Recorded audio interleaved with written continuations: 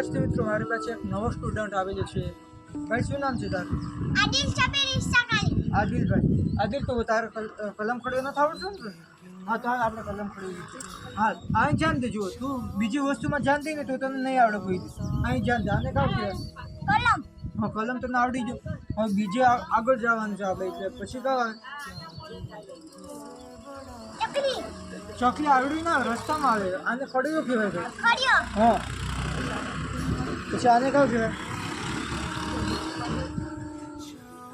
જબલું. જબલું ના કહેવાય, આને ગાય કહેવાય.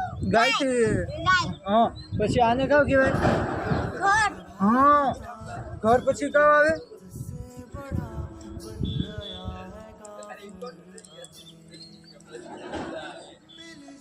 ચકલી.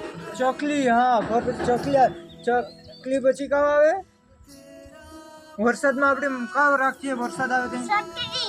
હા, છત્રી આવે. પછી કાવ આવે?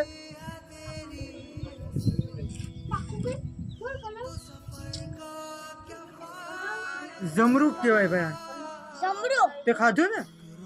હા, જમરૂક. પછી કાવ આવે? જમરૂક આપણે દુકાનેથી લેવી.